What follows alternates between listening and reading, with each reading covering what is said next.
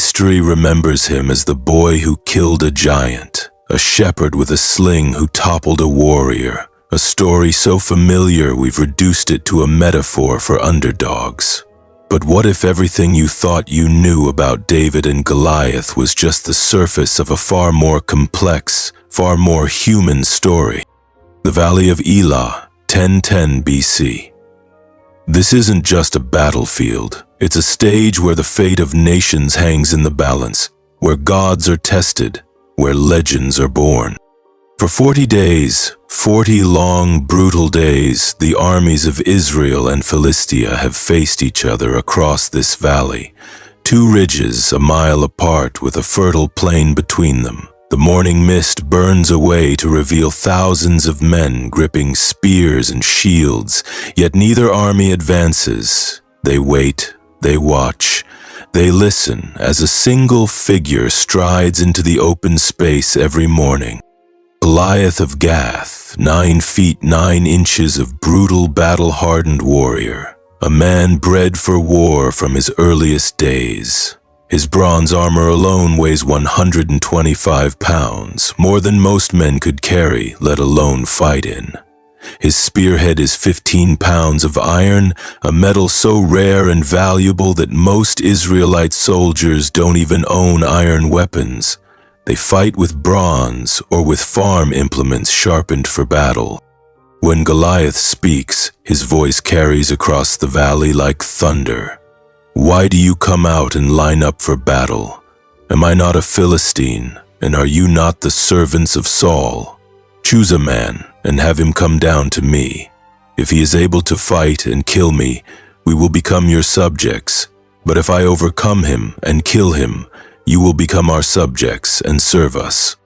Then the taunt that cuts deeper each day. This day I defy the armies of Israel. Give me a man and let us fight each other. King Saul, once standing head and shoulders above other Israelites, once filled with the Spirit of God, once fearless in battle, now sits in his tent paralyzed by indecision. His generals whisper strategy, but no one volunteers to face the giant. The best warriors of Israel, men who have killed in battle before, look at their sandaled feet when asked who will answer the challenge. Every morning, Goliath's challenge. Every evening, Israel's shame. 40 days. This is psychological warfare at its most primal. The Philistines aren't just challenging Israel's army. They're challenging Israel's God. With every unanswered taunt, faith erodes. Doubt creeps in like a poison. If their God is real, why doesn't he send a champion? Meanwhile, miles away in the hills of Bethlehem, a different drama unfolds. Jesse is an old man now, respected in the community, father to 8 sons. 3 of his eldest, Eliab, Abinadab, and Shammah, are with Saul's army in the Valley of Elah. For weeks, Jesse has heard nothing from them. Are they alive, wounded, captives? The uncertainty gnaws at him. His youngest son, David, tends the family's sheep in the wilderness surrounding Bethlehem. At perhaps 17 or 18 years old, David is in that liminal space between boy and man, too young for the army, but old enough to bear serious responsibility. The family's livelihood, their flock, depends on his vigilance. What most people don't understand about shepherds in ancient Israel, this wasn't gentle work. This wasn't the pastoral idyll we imagine. The wilderness around Bethlehem was home to lions, bears, wolves. A shepherd didn't just watch sheep. He fought for them, risked his life for them, killed for them. David has already faced down predators that would make grown warriors hesitate. He's developed skills most people never noticed until it was too late. The reflexes of a fighter, the precision of a hunter, the quiet confidence of someone who has faced death and walked away. And something else. In the long, silent hours, watching the flock, David has developed an inner life rare for his time. He's composed songs, the ancestors of psalms that would be sung for thousands of years. He's practiced with his simple weapon, the sling, until he can hit a target smaller than a man's fist from 50 paces. Most importantly, David has cultivated a relationship with God unlike anyone else in Israel. Not the formal, ritualistic relationship of the priests, not the political, expedient faith of Saul. Something direct, personal, tested in moments of real danger. Jesse summons David from the fields. Take this ephah of roasted grain and these 10 loaves of bread for your brothers and hurry to their camp, he instructs. Take along these 10 cheeses to the commander of their unit. See how your brothers are and bring back some assurance from them. A simple errand. Bring food, check on his brothers, report back. David had no way of knowing he was walking into history. The journey from Bethlehem to the valley of Elah is about 15 miles, a day's journey on foot. David would have departed before dawn, arriving by mid to late morning. As he approaches the Israelite camp, he hears something unexpected, the war cry of the army deploying for battle. He quickens his pace, the sound grows louder. Thousands of men shouting, the clash of shields, the stomping of feet as the army forms its battle lines. David hands his supplies to the keeper of provisions and runs to the front lines to find his brothers. And then he sees it. The armies facing each other across the valley. The Philistines on one ridge, Israel on the other, and in between, striding forward with the arrogance of absolute certainty, Goliath. For the first time, David hears the challenge that has paralyzed Israel's army for nearly 6 weeks. This day I defy the armies of Israel. Give me a man and let us fight each other. David watches the reaction of Israel's warriors, these battle-hardened men, including his own brothers, shrinking back in terror at the sight of the giant. What will be done for the man who kills this Philistine and removes this disgrace from Israel? David asks those standing near him. Who is this uncircumcised Philistine that he should defy the armies of the living God? The question reveals something profound about David's perspective. Where others see an undefeatable enemy, David sees an affront to God's honor. Where veteran soldiers calculate the odds and find them impossible, David measures the situation by an entirely different standard, the reputation of the God he serves. Word of David's question spreads through the ranks until it reaches his eldest brother Eliab. Hearing his little brother asking about rewards for killing the giant, Eliab's face flushes with anger and embarrassment. "Why have you come down here?" he demands. "And with whom did you leave those few sheep in the wilderness? I know how conceited you are and how wicked your heart is. You came down only to watch the battle." The accusation is revealing. Eliab assumes the worst about David's motives, projecting onto his brother the very things he fears in himself. What Eliab doesn't realize, what none of them realize, is that David's questions stem not from youthful bravado, but from genuine shock that no one has answered Goliath's challenge. "Now what have I done?" David replies. "Can't I even speak?" Despite Eliab's attempt to shame him into silence, David continues asking about the giant. Eventually, his questions reach King Saul himself, who summons the shepherd boy to his tent. Picture this scene. The once mighty king of Israel, a man chosen by God and anointed by the prophet Samuel, sitting in the dim light of his command tent. His armor, polished but unused, gleams in the corner. Maps and battle plans lay unfurled on tables, and before him stands a young shepherd, sunburned and lean, with clear eyes that show no trace of fear. "Let no one lose heart on account of this Philistine," David tells the king. "Your servant will go and fight him." The absurdity of the offer almost makes Saul laugh. "You are not able to go out against this Philistine and fight him? You are only a young man, and he has been a warrior from his youth. But David has evidence the king hasn't considered. Your servant has been keeping his father's sheep. When a lion or a bear came and carried off a sheep from the flock, I went after it, struck it, and rescued the sheep from its mouth. When it turned on me, I seized it by its hair, struck it, and killed it. Your servant has killed both the lion and the bear. This uncircumcised Philistine will be like one of them, because he has defied the armies of the living God. The Lord who rescued me from the paw of the lion and the paw of the bear will rescue me from the hand of this Philistine. This isn't boasting, this is testimony. David isn't claiming personal strength or skill, though he clearly possesses both. He's testifying to God's faithfulness in past dangers as the basis for confidence in the present challenge. Something in David's quiet certainty penetrates Saul's fear. Perhaps it reminds the king of his own early days, before the crown became a burden, before disobedience severed his connection to God's favor. "Go," Saul says at last, "and the Lord be with you." But kings can't resist trying to control outcomes, even when they've entrusted them to God. Saul offers David his own armor, a bronze helmet, a coat of mail, a sword strapped over the armor. David takes a few awkward steps, then removes it all.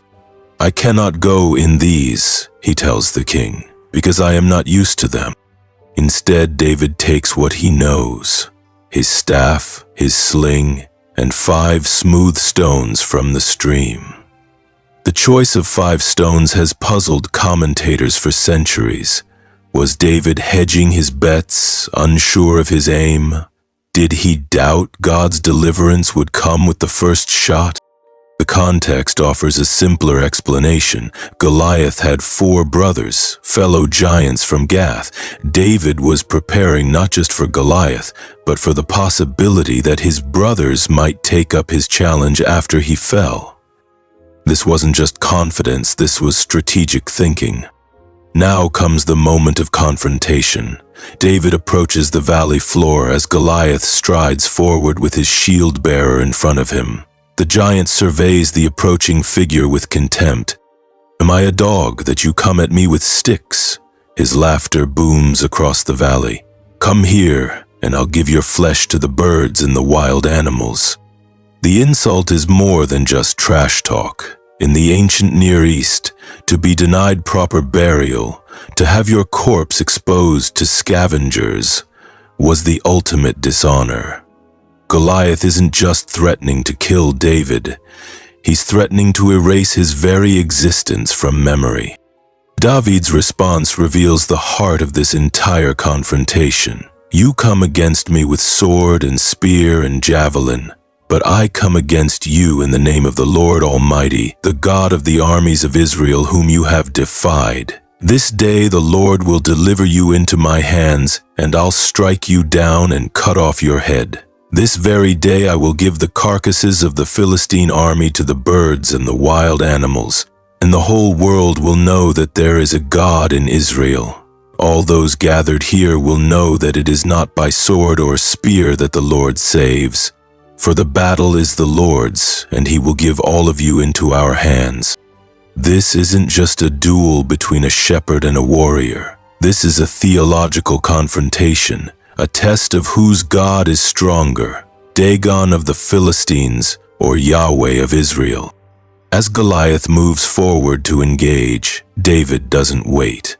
He doesn't follow the conventional rules of ancient combat, which would have involved a slow approach, ritualized insults, and close-quarters fighting.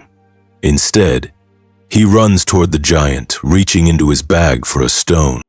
The sling was not a child's toy. In skilled hands, it was a deadly weapon capable of hurling a projectile at speeds approaching 100 miles per hour, with accuracy at distances up to 200 yards.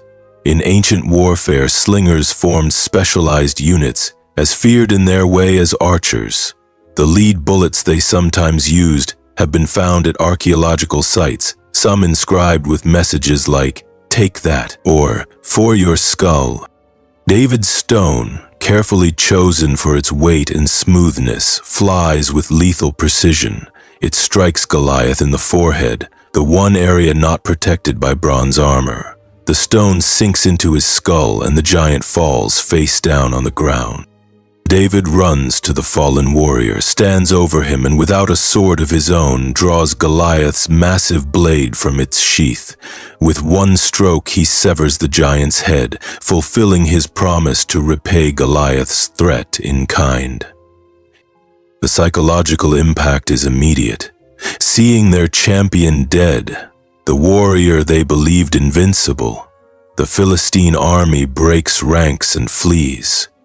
The Israelites, paralyzed by fear moments before, surge forward with newfound courage, pursuing the Philistines all the way to the gates of their cities, Gath and Ekron. David takes the head of Goliath to Jerusalem, a city not yet fully under Israelite control, as a message to all who would defy Israel. The giant's weapons he keeps as his own. When Saul had first seen David going out to face the giant, he had asked Abner, the commander of his army, "Whose son is that young man?" Abner had to admit, "As surely as you live, your majesty, I don't know." After the victory, David is brought before Saul with the head of Goliath still in his hand, grisly proof of his success. "Whose son are you, young man?" Saul asks. "I am the son of your servant Jesse of Bethlehem," David answers. What neither of them knows is that this moment marks a transition in Israel's history. David, the eighth son of a Bethlehem farmer, overlooked even by his own family, has just been thrust onto the national stage. He will go on to become Israel's greatest king, a man whose bloodline will eventually lead to Jesus himself. But the seeds of conflict are already being planted. As the army returns from battle, the women come out from the towns to meet King Saul with singing and dancing. Their song echoes across the countryside. Saul has slain his thousands and David his tens of thousands. The king's face darkens. From that day on, Saul keeps a suspicious eye on David.